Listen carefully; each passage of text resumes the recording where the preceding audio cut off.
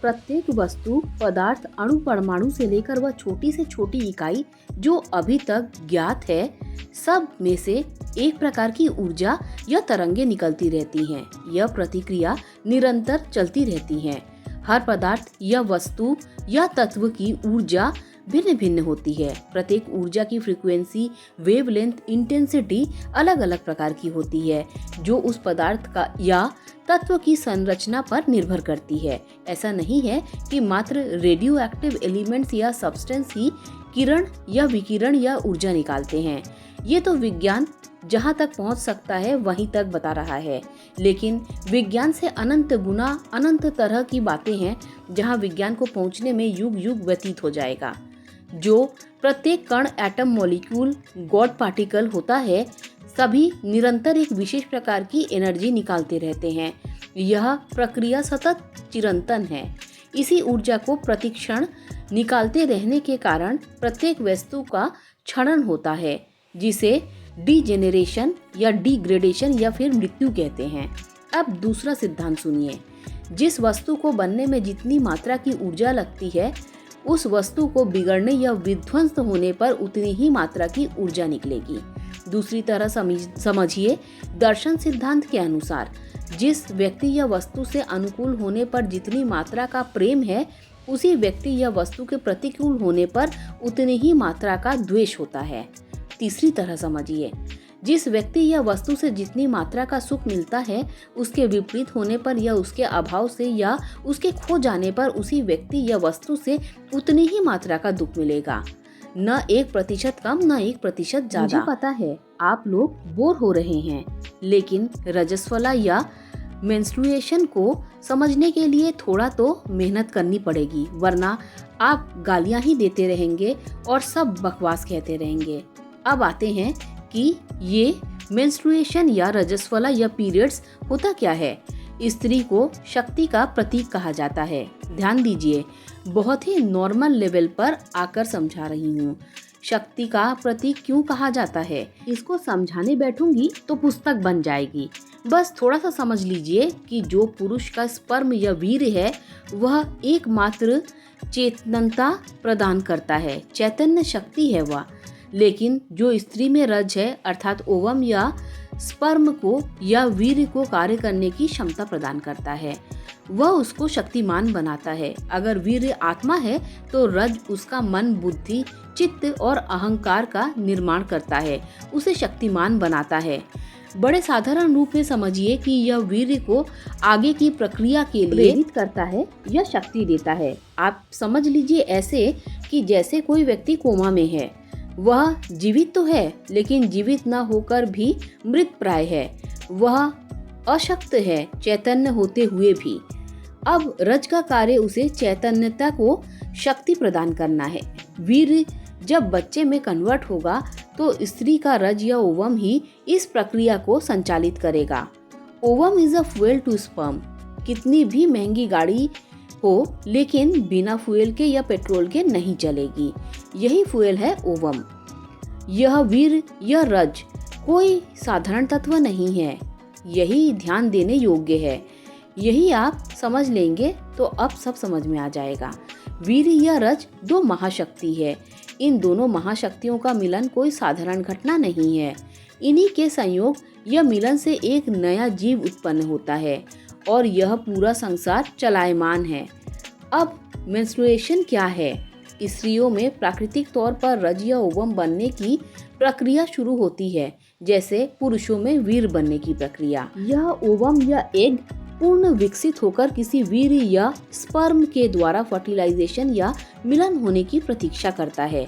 जब इसे 7 दिन के भीतर कोई वीर या स्पर्म नहीं मिलता तो यह स्वतः ही क्षरण प्रक्रिया या डीजेनरेशन प्रक्रिया में आ जाता है। इस ओवम को धारण करने के लिए या जहाँ यह एग या ओवम या रज बना होता है, उस स्पेसिफिक एरिया को ओवरी में सेल की मोटी लेयर बन जाती है, जो ओवम के डीजेनरेशन के साथ ही वह लाइनिंग भी डीजेनरेट होने लगती है। इस पूरी प्रक्रिया में 3 से 4 या 5 दिन लगते हैं, जिसमें रक्त, तरह तरह के सेल्स, एलिमेंट, मिनरल्स, इलेक्ट्रोलाइट्स इत्यादि का मिश्रण बाहर निकलता है। इस बनने बिगड़ने की प्रक्रिया को पूरे 28 दिन लगते हैं। 14-14 दिन के अंतराल पर जैसे चंद्रमा बनता बिगड़ता है, ठीक उसी तरह चूंकि रज ही मन, बुद्धि, चित्त, अहंकार का निर्माण करता है, इसीलिए चंद्रमा को मन का कारक माना जाता है। ज्योतिष विज्ञान में इसीलिए जिसका चंद्रमा, खैर छोड़िए, हम फालतू चीजों पर न जाकर मुद्दे पर फोकस करते हैं। अब ऊपर वाले सिद्धांत पर आइए। मैंने ऊपर बताया कि जिस तत्व को बनने में जितनी ऊर्जा लगती है, उसके क्षरण या नष्ट होने में भी उतनी ही ऊर्जा, तरंग इत्यादि निकलती है। यह रज कोई सामान्य तत्व नहीं है, शक्ति का प्रतीक है। ऐसे समझिए जैसे न्यूक्लियर एनर्जी। अब इसके नष्ट होने पर उतनी ही मात्रा की एनर्जी या तरंग या विकिरण पैदा होगी या निकलेगी। जैसे एटम बॉम्ब को बनाने में जितनी शक्ति या ऊर्जा लगती है, उतनी ही शक्ति उसे नष्ट करने में लगेगी। और वह न्यूक्लियर बॉम्ब पूरी तरह रेडियो एक्टिव होता है। उसके प्रभाव या संपर्क में आने वाले का नुकसान होना ही है। आपको ज्ञात होगा कि रेडियम के आविष्कार पेरी क्यूरी और मैडम क्यूरी दोनों ही रेडियोधर्मिता का शिकार होकर खत्म हो गए थे।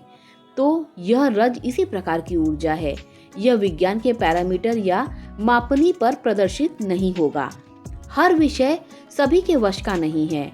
कान का कार्य केवल सुनना है, वह देख नहीं सकती, चाहे कितनी भी गुप्तमय मशीन या टेक्नोलॉजी फिट कर दीजिए। इसी तरह आँख, कान, नाक, जीभ, त्वचा आदि का कार्य उन्हीं के अनुरूप है। कोई लाख कोशिश के बाद एक दूसरे का कार्य नहीं कर सकता। विज्ञान का ज्ञान भौतिक वस्तुओं और तत्वों तक सीमित है। उसका धार्मिक या अधार्मिक क्षेत्र में कैसे प्रवेश हो सकता है? धार्मिक विज्ञान और आध्यात्मिक विज्ञान परे से भी परे है। माइक्रोस्कोप, टेलीस्कोप का कार्य नहीं कर सकता। जब आप भौतिक विज्ञान पढ़ने के बाद धार्मिक और आध्यात्मिक विज्ञान की ओर जाएंगे, तब आपको समझ में आएगा कि अरे, जिसने सामने को भौतिक विज्ञान का 2 कौड़ी का बना दिया है। यह विज्ञान जितना खोज पाया है, वह इस ब्रह्मांड का मात्र 0.000001% ही है, जिसका आपको आंखों से भी नहीं दिख सकता। उससे कहीं ज्यादा अनंत गुना सूक्ष्म विज्ञान है, जो मात्र आध्यात्मिक एवं धार्मिक विज्ञान से समझा जा सकता है। तो जब स्त्री रजस्वला होती है, तो इसका अर्थ है रज जैसी शक्ति का क्षरण प्रारंभ हो गया है। उस वक्त स्त्री के शरीर में भी तरह तरह की प्रॉब्लम्स आती हैं। आप स्वयं समझ पाएंगे कि उस वक्त स्त्री मानसिक और शारीरिक रूप से स्वस्थ नहीं महसूस करती। मूड स्विंग्स, इरिटेशन, शरीर में दूसरी तरह के एंजाइम और हार्मोन्स बनना, किसी भी कार्य में मन न लगना इत्यादि है। यह किस कारण होता है? क्या रक्त बहने के कारण? नहीं, उस प्रक्रिया में जो विकिरण हो रहा है, ऊर्जा निकल रही है, यह सब उसी का साइड इफेक्ट है। और यह भी ध्यान रखिए कि स्त्रियों का यह रज केवल वही मातृशक्ति ही धारण कर सकती है और कोई नहीं। इसीलिए इन्हें शक्ति का प्रतीक बोला जाता है, क्योंकि रज शक्ति धारण करने की क्षमता इन्हीं में है। ये अपना भी धारण कर सकती है और पुरुषों के शक्ति वीर को भी धारण करने की क्षमता रखती है। प्रकृति या भगवान ने इनके गर्भाशय, फैलोपियन ट्यूब, ओवरी इत्यादि को इसीलिए बनाया है ताकि ऐसी 2 महाशक्तियों को ये धारण कर सके। इसीलिए हमारे शास्त्रों में इनको शक्ति, नवरात्रि में इनकी पूजा, शास्त्रों में इनका निरूपण किया गया है। चलिए टॉपिक पर आते हैं, वरना ऐसे समझाने लगी तो इस दौरान स्त्रियों का शरीर एक विशेष प्रक्रिया से गुजरता है और पूर्ण विकिरण के प्रभाव में रहता है। इसे नॉर्मल विज्ञान में डिटॉक्सिफिकेशन भी कहा जाता है। ये विकिरण इतना ताकतवर होता है कि तुलसी, जिसे रेडियो एक्टिव रेडिएशंस को रोकने की क्षमता प्राप्त है, वह भी नहीं सहन कर पाती। इसीलिए रजस्वला स्त्री अगर इस दौरान तुलसी के पौधे की सेवा कर दे तो वह मुरझा जाती है। यह कोई गप नहीं है, प्रैक्टिकल बात बता रही हूँ। सिर्फ यही नहीं, हर देश के हर संप्रदाय में रजस्वला स्त्री के लिए नियम व निषेध बनाए गए हैं। पूरे विश्व में 11 धर्म चल रहे हैं। सभी में घुसिए और आप जान पाएंगी कि यह विधि निषेध हर धर्म में कम या ज्यादा रूप में प्रचलित है। खाद्य पदार्थ पर इस विकिरण या एनर्जी का प्रभाव सबसे ज्यादा होता है और इसी अन्न से ही प्रत्येक जीव का मन, बुद्धि, चित्त, वीर आदि का निर्माण होता है। इसीलिए इस दौरान स्त्रियों को खाना बनाने की मनाही होती है। यह विकिरण ऐसे नहीं दिखता, यह दिखता है विचारों के रूप में, बुद्धि के रूप में, सात्विकता के नष्ट होने के रूप में। इस दौरान स्त्रियों को कर्मकांड निषेध है, लेकिन भगवान का स्मरण, भाव भजन निषेध बिल्कुल नहीं है, क्योंकि जैसा मैंने ऊपर बताया कि हर वस्तु, हर पदार्थ की अपनी एनर्जी और तरंग या विकिरण है। देव मूर्ति, देव स्थान, धार्मिक पुस्तकों की अपनी अलग ऊर्जा एवं विकिरण है। यह तरंग जब रजस्वला स्त्री के तरंगों से टकराती है तो अलग ही प्रकार की तरंगों का प्रवाह होता है, जो स्वयं स्त्री के लिए नुकसानदेह है। इसीलिए शास्त्रों ने तो इतना कहा है कि इस समय स्त्रियों को एकांत प्रवास करना चाहिए, किसी से संपर्क तक की मनाही है। इसीलिए कुछ विशेष नियम या निषेध बनाए गए हैं। पहले तो संयुक्त परिवार होता था तो कोई दिक्कत नहीं होती थी, लेकिन आज अर्थ जगत में संबंधों में से ज्यादा पैसों की महत्ता ने एकल परिवार कर दिया है, जिससे यह विधि निषेध इनके लिए कोई मायने नहीं रख पाता। मायने नहीं रखता तो इसीलिए हर परिवार में हर व्यक्ति तरह तरह की शारीरिक और मानसिक व्याधियों से ग्रस्त है। फिर कहते हैं कि हमने तो कुछ किया ही नहीं, फिर हमें यह विशेष रोग कैसे हो गया। अरे, तुमने अगर यह जान ही लिया कि तुमने क्या किया है तो इतने दुखों से थोड़ी ना गुजर रहे होते। अब सभी को समझाना बहुत मुश्किल होता है, क्योंकि सभी की बुद्धि का स्तर एक समान नहीं होता। इसीलिए शास्त्र प्रतीक के माध्यम से डर, प्रेम, भय के द्वारा समझाते हैं। जैसे कानून का ज्ञान सबको नहीं है, लेकिन पुलिस या दंड का भय दिखाकर कानून का पालन करवाया जाता है। यह मूर्खता है कि स्त्री कुतिया बनेगी या नरक जाएगी या पुरुष बैल बनेगा। लोग अक्सर शास्त्रों की बातों में अपनी बात जोड़कर ऊटपटांग वक्तव्य देते हैं। जो कोई कुछ भी बनेगा एकमात्र अपने शुभ एवं अशुभ कर्मों के द्वारा बनेगा। जब कम समझ वाले लोग शास्त्र या धर्म का व्याख्यान करते हैं तो ऐसी ही बकवास बातों का उद्गम होता है। जो स्त्री इस प्रक्रिया को साधारण समझती है वह अज्ञानी एवं मूर्ख है और कुछ नहीं।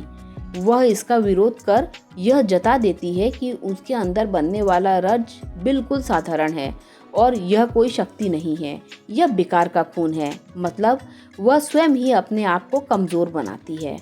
क्या आवश्यक है कि हर बात में रोना गाना हो या स्त्री स्त्री चिल्लाया जाए। अरे, यह तो अच्छा है कि 3-4 दिन आपको रेस्ट दिया जा रहा है, तो भी उसमें आपको पुरुषवाद नजर आ रहा है। मतलब वह ठीक होता कि मरते मरते भी जबरदस्ती आपसे काम करवाया जाता। अरे, किसी में तो महिलावाद या पुरुषवाद से ऊपर उठकर सोचा करिए। अगर इन 4-5 दिनों में आपको कुछ विधि निषेध है तो वह उसमें पुरुष को कहाँ लाभ मिल रहा है। उसमें तो लाभ आपको ही मिल रहा है और आपका स्वास्थ्य ठीक रहे और इन विकिरणों के साइड इफेक्ट से आपकी रक्षा हो सके, इसीलिए बनाया गया है ना। गलत क्यों लेना। कुछ स्त्रियों का तर्क मैंने देखा कि पुरुष इसी रक्त से ही हुआ है। अरे, हद है। मलमूत्र भी तो खाना और पानी है, तो क्या उसको पिया या खाया जाए। उल्टी, वोमिट आपका ही भोजन ही तो है। बहुत राजशाही व्यंजन की भी उल्टी होगी, तब भी उसको कोई यह कहकर नहीं खा सकता कि यह भोजन ही तो है जिससे हमें ऊर्जा और शक्ति मिलती है। प्रारूप बदल गया। यही रजवीर के संसर्ग में एक जीव का निर्माण करता है, लेकिन इसी रज का प्रारूप बदलने से इसमें दोष और विकिरण का प्रभाव बन जाता है। इसीलिए रोना गाना छोड़कर कुछ शास्त्रों की बातों को मानना शुरू कीजिए। आपके पूर्वज गधे या मूर्ख नहीं थे जिन्होंने यह सब बनाया। आप उन मूर्खों की संतान नहीं हैं। आप ऐसे महापुरुषों की संतति हैं जिन्होंने विज्ञान से अनंत गुना खोजकर आपको सफल एवं सुंदर जीवन जीने का मार्ग निष्कंटक किया है। आपको गर्व होना चाहिए उन पर और उनके दिए हुए विरासतों पर। उसको सहेज कर रखिए और उसे अपनी आने वाली संतति में प्रत्यारोपण कीजिए। आप स्त्री हैं, शक्ति स्वरूप हैं। अपनी शक्तियों को स्त्री स्त्री का रोना रोना कर बेकार मत कीजिए। स्वयं पर गर्व करना सीखिए, लेकिन बिना पुरुषों को गाली दिए हुए और उनको बिना नीचा दिखाए हुए। न समझ आए शास्त्रों की बात तो समझने का प्रयत्न कीजिए उनसे, जो विज्ञान और शास्त्र दोनों में समन्वय करके चलते हैं। लेकिन विज्ञान का संसार अलग है और धर्म आध्यात्म का संसार बिल्कुल अलग। बस एकमात्र आध्यात्म के संसार में प्रवेश करिए और धर्म और भौतिक विज्ञान सत्यमेव आपके समक्ष हाथ बांधे खड़े हो जाएंगे। दोस्तों, वीडियो अच्छी लगी हो तो लाइक शेयर सब्सक्राइब कीजिए। Thanks for watching this video.